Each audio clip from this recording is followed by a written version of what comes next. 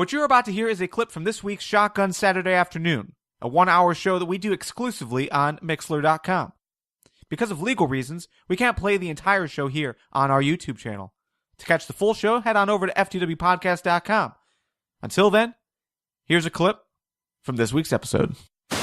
Kenny King had a very interesting interview in the Examiner, and he said basically he was asked if he would ever go out. I'm sorry, if he would ever go over to WWE, if they offered him a contract, would he jump ship to WWE? And he said, quote, "No one in their right mind would ever say no to WWE. That's where the money is. That's the top of the mountain for this sport. If I got the opportunity, I'm sure I'd take it. But for now, I'm happy where I am. It's too crowded over there at TNA. I get some space." So, Joe, your thoughts on his comments? You know, was he out of line? Is he not speaking the truth? Is this accurate? I mean, just what's going through your thoughts here? To be perfectly honest, I don't think what he said is necessarily a problem. A lot of guys have said, yeah, WWE's the top name. That's where you need to go. That's where everyone aspires to go. No one aspires just to get to TNA. Everyone aspires to get to WWE. But I think going, yeah, I definitely go over there. But you know what? I'm comfortable here. I'm okay. I'm okay. No, I'm sorry. That's a cop-out answer. I mean, he's right. I'm not going to pull any punches. She's right. And I know he'd try to get the hell out of his contract as soon as he possibly could if he could go to WWE. Being a TNA employee, that's a tough thing to bring up, you know, and what he should have said was, you know what? People make a lot of money over there, but right now I'm TNA. You know, if TNA doesn't want me, then it's something I can consider. You know, but try and stay more pro TNA. It's kind of a dick move to be right. To say it the way he did. But I don't think he's wrong in any aspect of it. Yeah, and if you read any of the comments, because this was I believe originally posted over on tnasylum.com. And all their comments were very, very negative on Kenny King for saying what he said and how he said it. From our Facebook page, Greg, he said he wasn't out of line. He was just being truthful. That said, it'll probably get him at least a slap on the wrist. Nick also responded saying it would be ridiculous to rule anything out, but he thinks that overall, Kenny King covered all of his bases. He basically said that he was happy where he is and that he gets room to grow and showcase his talents. You are saying, you know, it sounds like it's more of like, well, you know, I'm comfortable and I have a contract here, but if I didn't have a contract here, then yeah, for sure I would be in WWE. That's exactly what I'm saying, because to go through your quote again, no one in their right mind would ever say no to WWE. If that's where the money is, that's the top of the mountain for the sport. If I get the opportunity, I'm sure I'd take it. Yeah, but for now, I'm going to kiss ass and try and cover up the fact that I would leave TNA in a second to go to WWE. I mean, obviously, the last part I've read between the lines on, as Garvin just did read the actual quote. Yeah, and also he did follow up after getting a bunch of basically negative tweets and everything, saying, you know, that he's very happy in TNA and he's glad, you know, now he's playing the political game. At least that's how it's coming off, saying, you know, he's very happy. But one thing that I want to point out here is, since Kenny King has come to TNA, what exactly has he done? He's had a couple title shots. He's been on Impact every once in a while, but you know, Kenny King really has not made any sort of impact on TNA's TV programming or pay-per-views or anything. He's phenomenal. He's a great wrestler. He's awesome on the mic, but once again, the X division isn't getting that huge spotlight that they used to. So guys like Kenny King, although are great talents, aren't being put onto TV. So the way I'm looking at this quote, and I don't think anyone really is even considering this, but this has to be a power move by Kenny King. He's basically saying, you guys need to use me or I'm going to leave. That's how I read it. That's definitely a good read on it, Garvin. That's a strong possibility. And I don't blame him for making a statement like that. If that's in fact what he was intending to do, if he's not going to be used, what's the point of being there? But then again, we don't know about dark matches. We don't know what they're doing with, dark matches, I guess, is really the key here or house shows. I mean, how many house shows is TNA doing right now with the travel? I don't know. But, I mean, that's a big concern right there, too. Sure. Maybe he is making money and working, but it's just not televised. And yeah, and that's from what I understand. No, I would say from what I understand of the WWE, most of the guys, even if they're televised, they're not making any money. They make their money on house shows and pay-per-views. Yeah, and I think that's just the wrestling business in general. I mean, you get paid when you're in the ring, not necessarily because you're on TV. When you're on TV, there's more opportunities there for you because, if you get your character over, they want you to have a YouTube channel like what WWE is doing now. There's more opportunities to get your name out when you're on TV, but that doesn't necessarily mean that today you're getting paid more for being on TV. You brought up WWE saying wrestlers need to have a YouTube page. They're also forcing a lot of guys to use Twitter, and they're making all these WWE Facebook pages. The thing that pisses me off is if you follow a number of guys like Christian and John Cena on Facebook, you click the like button, nothing big. But when you see each of them have the same marketing message and it's just like boom, boom, boom, boom, boom, like 50 wrestlers in a row, you're like, this is stupid because this is definitely not coming from the wrestler himself. If they changed the text and made it seem like Christian actually said this or Cena actually said this or Ryback said anything besides feed me more, then yes, I could just see that, just have a link to a John Cena match or something like that, and all the text says is feed me more, feed more me, feed me more, and that was all Ryback could say. That would be really funny. But I'm sorry, I had to rant for a second. For sure. WWE is an entirely different product, and they do control a lot of what goes out from the wrestlers for the most part. Just a bit. But from the live chat, Robert is saying that Kenny King needs to watch himself because this is his only chance of ever getting a chance to be pushed in TNA. And I disagree with that statement. Kenny King has been here for 6 months ish, and he's had plenty of time to be pushed. I don't think it's I don't think it's an issue with Kenny King getting pushed. I think it's TNA pushing the X division in general, and that's something that they've lacked. So I don't think it really matters what Kenny King does, but if this is a power play for him, good on him because he needs to do something to get noticed. And if this is it, then hopefully TNA moves on it. Otherwise, they will lose him and he'll go somewhere else. But while we're talking about mistakes that TNA is making, because they're definitely making a big mistake with the X Division, but another mistake, which is something we've talked about on our weekly episodes of the FTW podcast, and many other people have also been talking about, was the decision to not take Hardy. The decision to put the title onto Hardy before they went on their UK tour, knowing that Jeff Hardy could not travel. Hogan basically comes out and says that this was a big mistake. He said in a interview over in the UK, he said that he disagrees with TNA's decision to not strip Hardy. He said, quote, "If it was up to me and it had been my decision, Bobby Roode would have been a great champion to have right now. The UK tour plus a champion makes sense. A tour with no champion makes no sense." Obviously, this is something that we all agree on, that you should have stripped Hardy of the title. But I think the bigger picture here is that Hogan is basically saying that he's not in control, that Dixie Carter is making most of these decisions. Since we like to hate on Hulk Hogan so much for not doing the right thing with the product, do you think that our whole focus on these complaints about TNA really should be focused on Dixie Carter? No. I think that Hogan's got a lot of influence, and I think a lot of the general storylines, yes.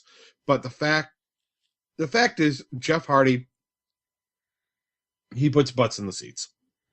He gets the girls screaming. He's an easy person to put the title on, to sell merchandise, and to have a lot of cheering going on, despite how bad he is on the mic. That's my opinion. I don't think...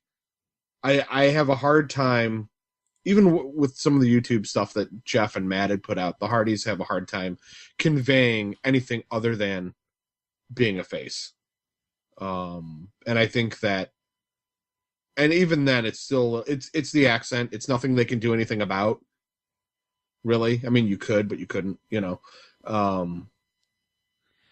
Yeah, but the main issue with Hardy, though, is that while they're giving Hardy the title and giving him the biggest push, you're right. He definitely gets good ratings. He puts people in the seats. He's their biggest face. But that doesn't mean you have to settle for that. And that seems like to be what they're doing. They're settling for that instead of pushing guys like AJ Styles, like James Storm. Those two guys have accents that do get over, but just don't get enough time to really, prove themselves. But it's very apparent at this point that Dixie Carter and the writing team have a plan. They must, because you're right. It would have made a better choice to strip Hardy of the title or have him lose it to Rude, because they have something already in the works. I don't understand why would they change it to immediately put it back on him when they came back if they've got a plan for Jeff Hardy? Sure. He's an essential cog for some reason, and I think they're sticking with that. And it sucks for the UK people, but on the whole, it works. I mean, if you're looking at the grand storyline, I think keeping the title on him is okay. Yeah. Overall, I mean, granted, a lot of the complaints from the IWC, they we don't look forward to what could be coming. So sure, there might be a huge grand scheme that Hardy fits into that makes sense, but at the same time, just look at the timing of this. He basically, was gone from TNA programming for 4 weeks. That's a long time, even with an extended pay-per-view cycle. So, I think that's where the biggest, issue was. If the TNA UK tour was, how it is in real life, where it's only, they were only there for about a week and a half, 2 weeks, then that's cool. But because this extended so far into the on-screen life of the story, that's a huge deal. And yeah, I completely agree with Hogan that it was a mistake. Pretty much everyone else seems to agree with that, surprisingly. Agreeing with Hogan is not anything that anyone really wants to admit to, but that it seems to be right on pace with what everyone else is thinking. So, from the live chat, Nick is saying, as for who to blame since Hogan shifting blame, I don't think it's Dixie that we should point to, but Bruce Pritchard. Bruce Pritchard, head of the creative writing team, I guess is another guy that you can put there. But, overall, Joe, you're right. There is probably something else in this that we just haven't seen yet that does make sense. Trip. Yeah, I think that's exactly where we're at. Let's talk about Jack Swagger. Everyone knows what's going on. He got arrested on Tuesday. DUI, not alcohol-related DUI, possession of marijuana, and driving recklessly, which just means he was speeding. So overall, bad situation for Jack Swagger, seeing that he's got the second biggest push right now going into WrestleMania. Jack Swagger versus Alberto Del Rio.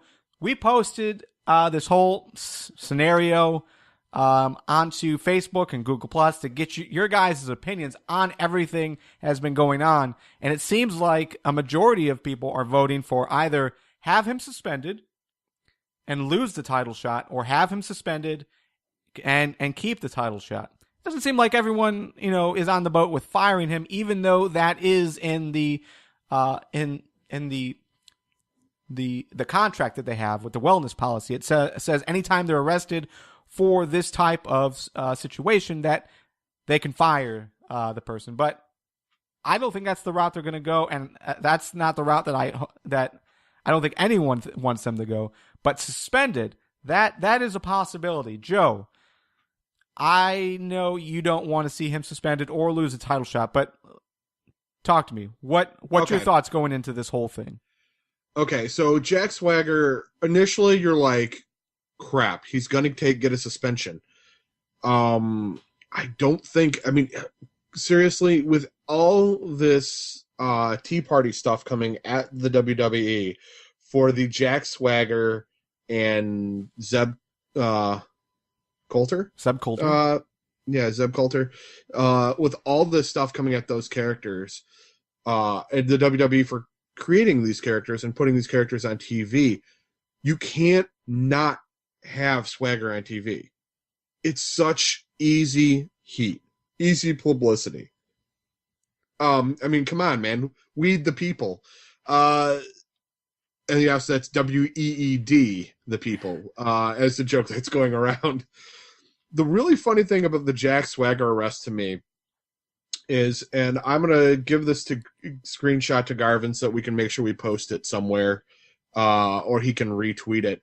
But Jack Swagger's official Twitter account tweeted that night saying, "Who's partying? Hashtag we partying."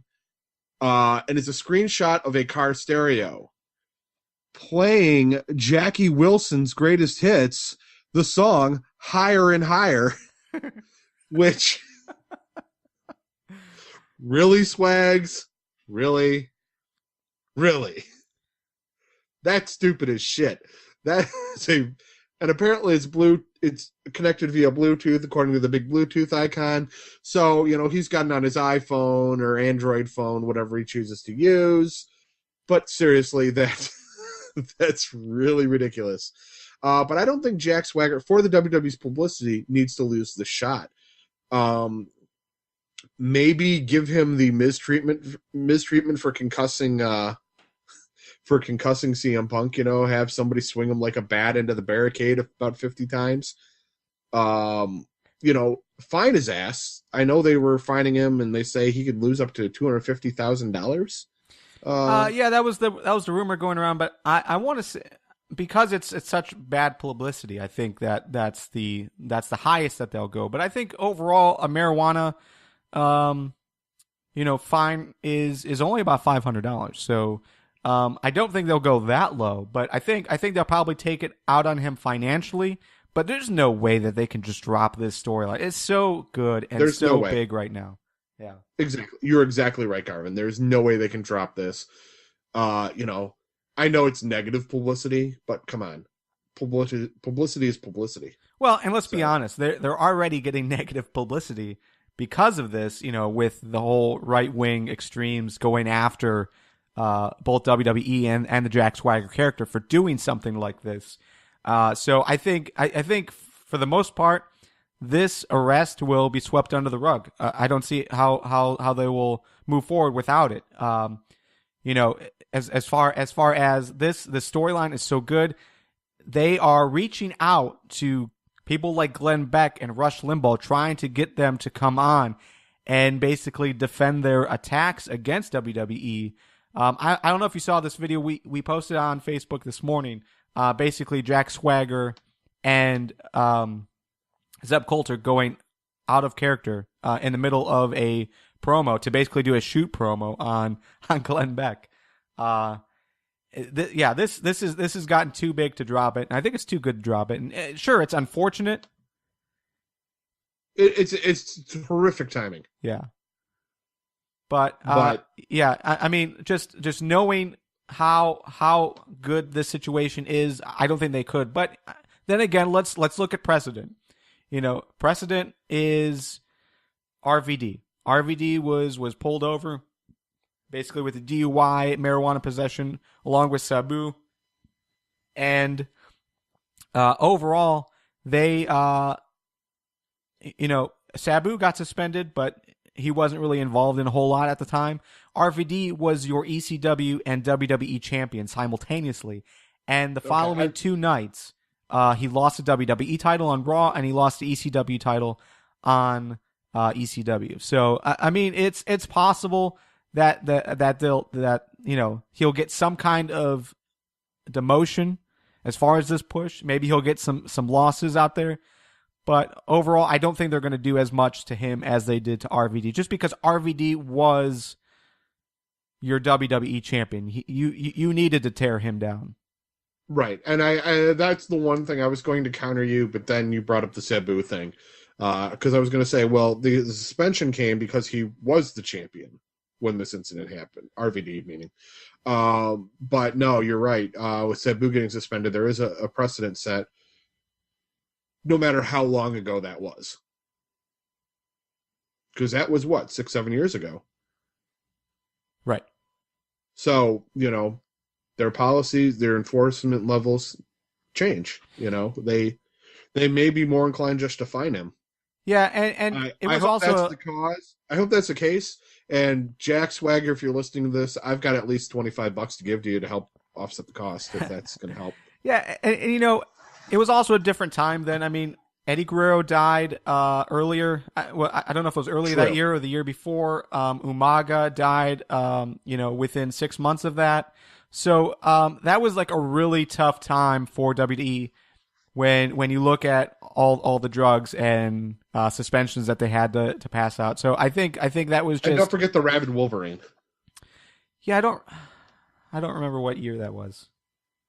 But regardless, it was a different time just because they were under so much scrutiny then. This, I think it's a different scenario. Will it hurt Jack Swagger getting a title win? Probably. But I don't think they're going to take him off TV, and I think that's good. And just from the live chat, what's being said is, if this was Zack Ryder or someone else, either suspended or getting a release, just because they're not being used as much. The same thing that they did with Sabu in 2006. They suspended him and kind of swept that part of it under the rug because Sabu really wasn't doing a whole lot in 2006.